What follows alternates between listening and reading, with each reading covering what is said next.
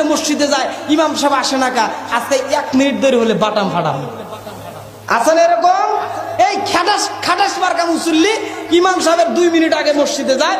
একদিন যদি দেখে যে হুজুর 2 মিনিট আজান দেরি করলো আজান দিতে, এখন বলতেছি কি জানেন, হুজুর এটাকে হালাল করে খাও, হালাল করে খাও। আছে না, আছে না নাই? এই তুই হালাল করে খাইছস নাকি? কথা কন আমার ভাইয়েরা। এই যে ইমাম সাহেব অনুমতি দেয় আপনি হালাল করে খান, আপনি 2 মিনিট পর আজান দিলেন কা, বেতন দেয় মাত্র 1500। কয়শো? 1500 টাকা বেতন দেয়। এক মুফতি সাহেবের কাছে একজন মুরব্বী মানুষ ফতোয়া নেওয়ার জন্য আসছে, মুফতি সাহেব আমার ইমাম সাহেবের কাছে কি নামাজ চলবি? এরকম একজন ইমাম এর বিরুদ্ধে বিচার চাওয়ার জন্য আসছে মুফতি সাহেবের কাছে। কি হয়েছে? আমার ইমাম সাহেব আমার মসজিদের সিমেন্টের বস্তা বেশি খাইছে, আর পিছের নামাজ চলবি নাকি? কিসের বস্তা বেশি খাইছে? সিমেন্টের বস্তা। এখন মুফতি সাহেব প্রশ্ন করলো তাকে বেতন দেন কত? কয় হুজুর বেতন দেয় 1500, করোনার মধ্যে 200 কমাইছি। কত হলো বেতন? কত? 1300 টাকা বেতন। মুফতি সাহেব ফতোয়া দিল কি জানেন? কয় ওই মুরব্বী, আমি যদি ওই মসজিদের ইমাম হইতাম, আমি শুধু মসজিদের সিমেন্টের বস্তা না, মসজিদের ইট খুলা খাইতাম, কোনো ক্ষতি হতো না। ঠিক কিনা?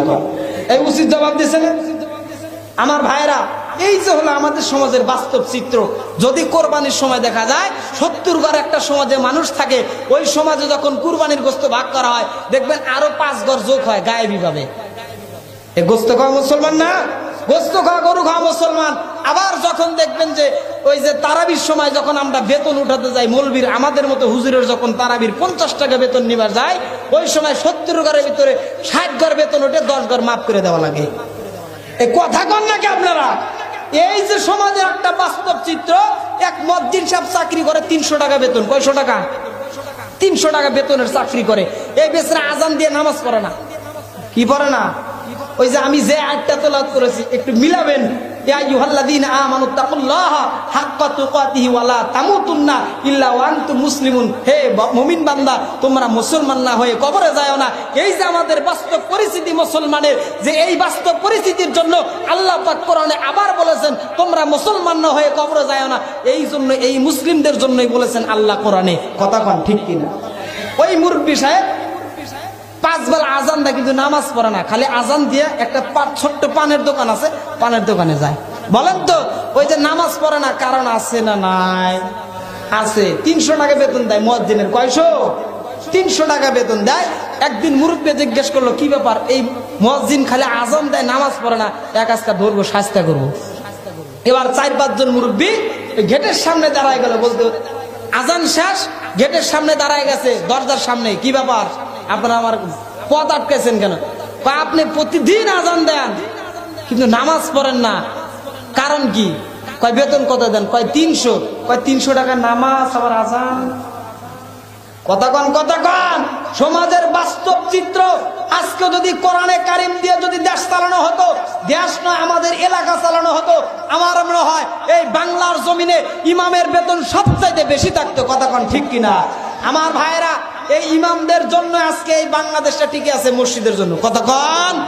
এই মসজিদের ইমামের বেতন যদি আপনারা কম দেন, আল্লাহর আসামির কাঠগড়ায় দাঁড়ানো লাগবে কি লাগবে না বলেন? আমার ভাইয়েরা, এই জন্য আল্লাহ পাক বলে দিয়েছেন তোমরা মুসলমান না হয়ে কবরে যাও। কবরে যাইতে না বলছেন, আমরা তো পুরা মুসলমান এখন হওয়াই পারি নাই। কারণ এই যে এখন এখানে মানুষ আছেন, 4 কালেমা যদি বলা হয়, এই 4 কালেমার কয়জন পারবেন হাত তুলতে যদি বলি, আমার মনে হয় এখানে 4-5 জন মানুষ ছাড়া আর একটাও 4 কালেমা পারবেন না। কথা কন, কথা কন লাগা। এখন যদি একটা করে ধরি, ভাই আপনি বলেন 4টা কালেমার নাম কি কি? হুজুর দেখা লাগবে, দেখা লাগবে। কথা কন। আমার ভাইয়ের, আমরা এমন মুসলমান, নামে মুসলমান, গরু খাওয়া মুসলমান, গরুর গোশত খাওয়া মুসলমান, কোরবানির মুসলমান, এই মুসলমানে দিয়ে জান্নাতে যাওয়া যাবে? আমার রব্বুল আলামিন ডাক দেয়া কয়, ও মুসলমান বান্দা, তুমি মুমিন হয়ে মুসলমান না হয়ে, পুরাপুরি মুসলমান না হয়ে কবরে যাও না। ওই কবরে এমন আযাবগুলো তুমি সহ্য করতে পারবা না। কারণ আযাবের দ্বারায়, আযাব যদি কেউ বক্ষণ করতে পারতো, একবার দেখতে পারতো কবরে আযাবগুলো কিরকম হচ্ছে। আল্লাহ ডাক দেয় কয়, বান্দারে, আমার বান্দারা কোনোদিনও আসার জন্য গেল, পহিরা চলে গেল। পহিরা যখন যায় বললো, যুবক তোমাকে গ্রেফতার করা হলো। কি জন্য গ্রেফতার করা হলো? ওমর বলতেছেন ওকে গ্রেফতার করার কারণ হলো উনি আমাকে এলাকায় বসবাস করতে হলে আমাকে খাজনা দেওয়া লাগবে। ওমর বললেন ওকে খাজনা দেওয়া লাগবে, না হলে ফাঁসির কাষ্ঠ ঝুলানো হবে। এক বাজার ভিতরে এক নেতা চড়ছে, কথায় কথা উঠে এসে যা, বাজার ভিতরে এক নেতা চড়ছে, ওই নেতার পিছনে একজন হুজুর চড়ছে আর একজন চড়ছে ছাত্রের বাপ। কার বাপ? ছাত্রের বাপ। কয় প্রকার মানুষ চড়ছে একটা বাজারের ভিতরে? ছাত্রের মানে 3 প্রকার মানুষ চড়ছে। এখন হুজুরের কাছে ভাড়া নিল 30 টাকা। কয় টাকা? 30 টাকা। আর ওই নেতার কাছে যখন ওই ছাত্রের বাবার কাছে গেল তখন বলতেছে যে আমি হলাম ছাত্রের বাপ, আমার ভাড়া হলো হাফ। ওর ভাড়া কি? কথা বলেন, ওর ভাড়া কি? হাফ। আর ওই যে নেতা, ওর ভাড়া কি? মাফ। এটা ভাড়া তুলতেছে, ভাড়া তোলার পরে বলতেছে ভাই আপনার ভাড়া দেন। তো যখন নেতার কাছে গেল, নেতা কয় আমি নেতা, আমার ভাড়া কি? মাফ। আর যখন হুজুরের কাছে গেল, হুজুর 30 টাকা ভাড়া দিয়ে দিছে। কয় টাকা দিয়ে দিছে? 30 টাকা দিয়ে দিছে। ওই যে ছাত্রের বাপের কাছে যখন ভাড়া চাইছে, বলে কি ব্যাপার আপনি ভাড়া দেন? ওখানে নিলেন 30 আর ওখানে করলেন মাপ। আমি হলাম ছাত্রের বাপ, আমার ভাড়া মাপ। আমার ভাইয়েরা, ওই পারস্য যুবককে যা জিজ্ঞেস করলো তুমি নাকি খাজনা দেও না, তোমাকে ওমর বন্দি করার কথা বলছে। আমার মুসলমান ভাইয়েরা আমার, একটু দিলের কান লাগায় শুনুন। ওমরের রাজ্যে যখন আপনাকে বসবাস করা লাগবে, খাজনা দেওয়া লাগবে 100%। খাজনা যদি না দেন আপনাকে ধরে জেলখানায় দেওয়া হবে, জেলখানায় ধরে রাখা হবে। জেলখানায় যখন নিয়ে আসা হলো, ওমরকে জিজ্ঞেস করলো, ওমর রে, ও ওমর, আমি যদি এখানে তোমাকে ফাঁসির মঞ্চে ঝুলানো হয়, আমি ওমর এখানে আর কোনো দ্বিধাবোধ হবে না। আমি বললাম এটা হলো রাষ্ট্রনায়ক, আমি এখন ক্ষমতার মালিক। বলেন তো সব চেয়ারের মালিক কে? ইন্নাল্লাহা আলা কুল্লি শাইইন কাদির। বলেন তো সব ক্ষমতার সার্বভৌমত্বের মালিক কে? আল্লাহ। ওমর বলতেছে যুবকরে, তুমি যদি আজকে খাজনা না দাও তোমাকে ফাঁসির কাষ্ঠে ঝুলানো হবে। ওই পারস্য যুবকের খুব সাহস, কি বলতেছে জানেন? তখন বলতেছে ওমর রে, আমি সারা জীবন মানুষের চাঁদা তুললাম আর আমি তোমাকে চাঁদা দিমু, এরকম সাহস ওমরের সামনে দেখায় দেয়। বলেন তো ওমরের সামনে যদি এরকম সাহস দেখায়, এই পৃথিবীতে কোনো মানুষের বেঁচে থাকার অধিকার আছে? এ বলেন আছে? আমার নবীর কাছে একজন ইহুদি, একজন মুসলমান বিচার নেওয়ার জন্য গেছে, হিন্দুর সাথে ঝগড়া বাঁধছে, বিচার চাওয়ার জন্য আসছে। বলে ইয়া রাসূলুল্লাহ, আমার সাথে জমি নিয়ে ঝগড়া বাঁধছে, উনি হলো হিন্দু, আমি হলাম মুসলমান, তো আমার বিচারের ফয়সালা দেন, কারণ আমি আপনার পক্ষে মুসলমান। আমার নবী সব ঘটনা খুঁজে বিশ্রায় দেখে মুসলমানের দোষ। বলেন তো মুসলমানের দোষ হলে হিন্দুর পক্ষে রায় দেবে কিনা? কারণ আমার নবী দয়ার নবী হিন্দুর পক্ষে রায় দিয়ে দিছে। এই বিচার আর মুসলমানের পছন্দ হয় নাই। কার পছন্দ হয় নাই? ওই মুসলমানের পছন্দ হয় নাই। ওই বিচার সানি বিচার করার জন্য হযরত ওমরের কাছে চলে গেছে। জোরে কোন আল্লাহু আকবার। ওমরের কাছে বলতেছে, আমিরুল মুমিনিন, আমি আসলাম আপনার কাছে একটা সানি বিচার করাইতে। কি সানি বিচার? আমি হুজুরের কাছে গিয়েছিলাম, আমার রাসূলের কাছে গিয়েছিলাম, আমি একজন মুসলমান আরো একজন হিন্দু, ওনার পক্ষে রায় দিয়েছে, আমার পক্ষে রায় দেয় নাই, এই বিচারটা সানি বিচার করায় দেন। বলেন তো এই জগতে, এই সারা বিশ্বের ভিতরে নবীর বিচার যে পছন্দ না করবে তার দুনিয়াতে বেঁচে থাকার অধিকার আছে? জোরে বলেন আছে? তাহলে আমরা মুসলমান কেমন করে ঘুমাই?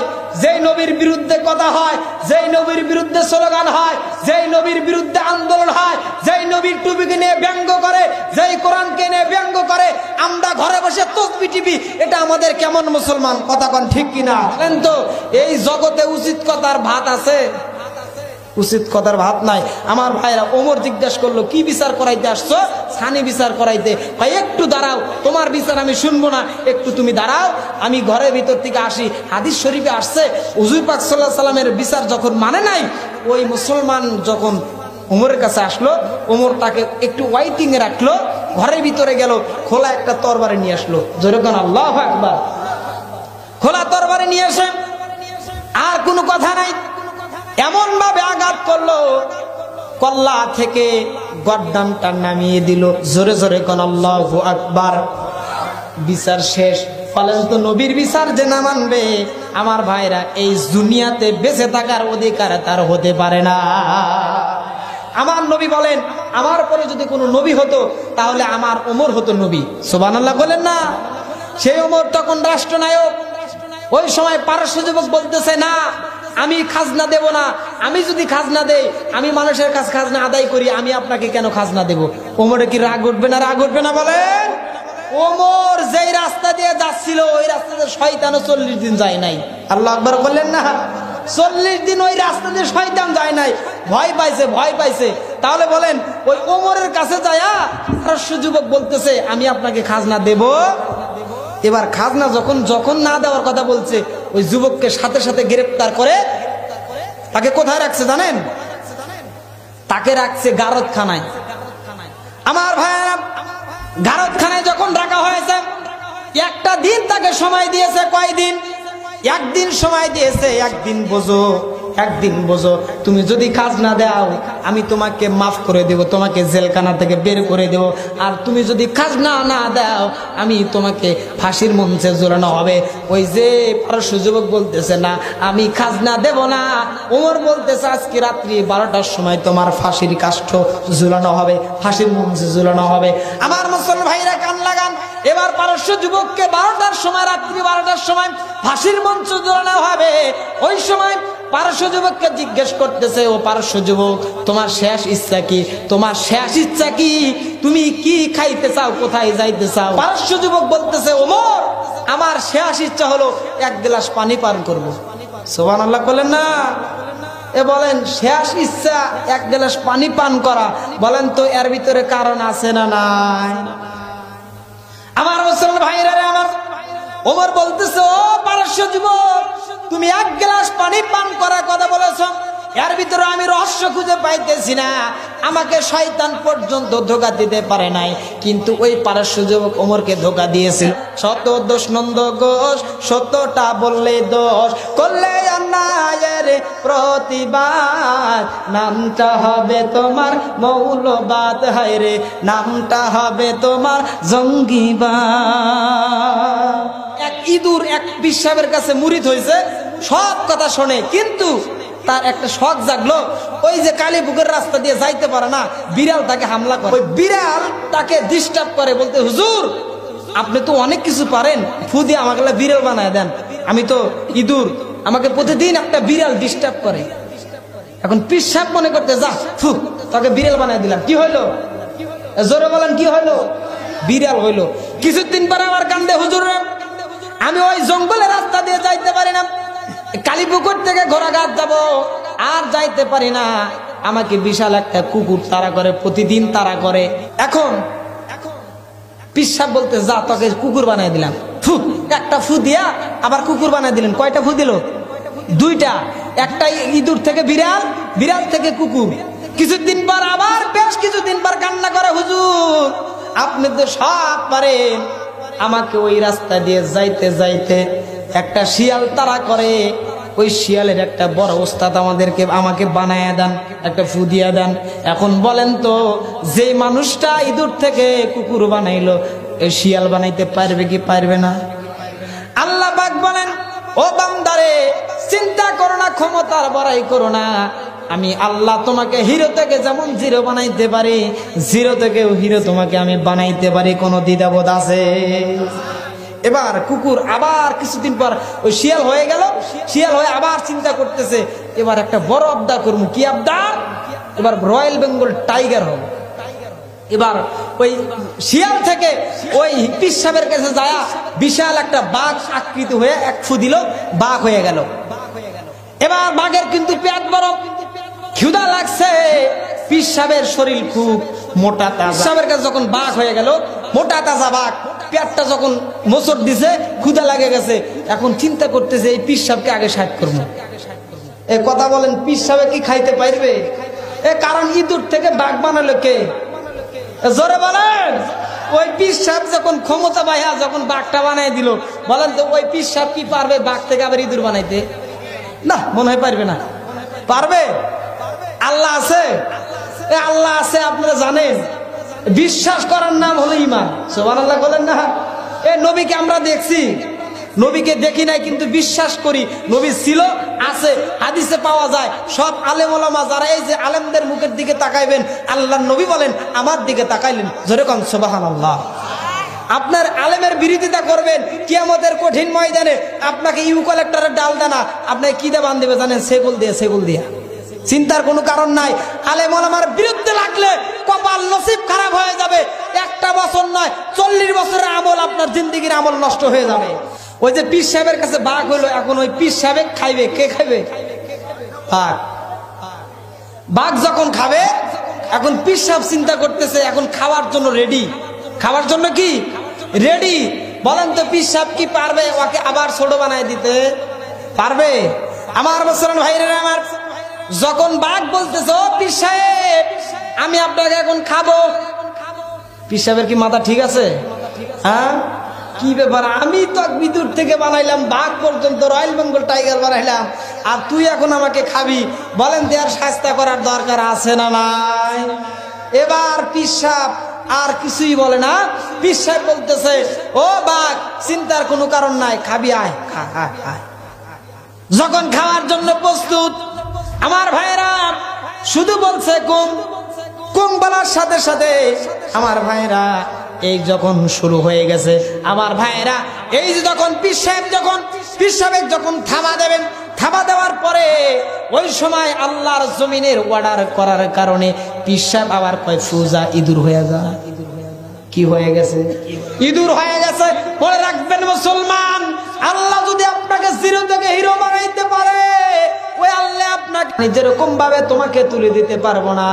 আমি তোমাকে ওই পানি যেমন তুলে দিতে পারবো না, আমি তোমাকে এক গ্লাস পানি খাওয়ানোর আগ পর্যন্ত তোমাকে ফাঁসি দেব না। সাধারণ মানুষ নয় ওমর রে, জান্নাতের সার্টিফিকেট প্রাপ্ত ওমর হলেন 10 জনের ভিতরে একজন। আমার ভাইয়েরা এই যে ওমরের কথা মতো শুনে, ওমরের কথাগুলো দেখে, ওমরের একটা জবান দেখে পারস্য যুবক চিন্তা করলো আমি আর এই যে আমার পারস্য যুবক খ্রিস্টান থাকবো না, আমি আপনার হাতে মুসলমান হয়ে কালেমা পড়ে মুসলমান হয়ে যাব। জোরে কন্যা সুবহানাল্লাহ। এই ওমরের মহান উদারতা দেখে পারস্য যুবক ওমরকে বলল, ওমর রে আমাকে মুসলমান বানায় দাও, কালেমা পড়ায় দাও, লা ইলাহা ইল্লাল্লাহু মুহাম্মাদুর রাসূলুল্লাহ সাল্লাল্লাহু আলাইহি ওয়াসাল্লাম।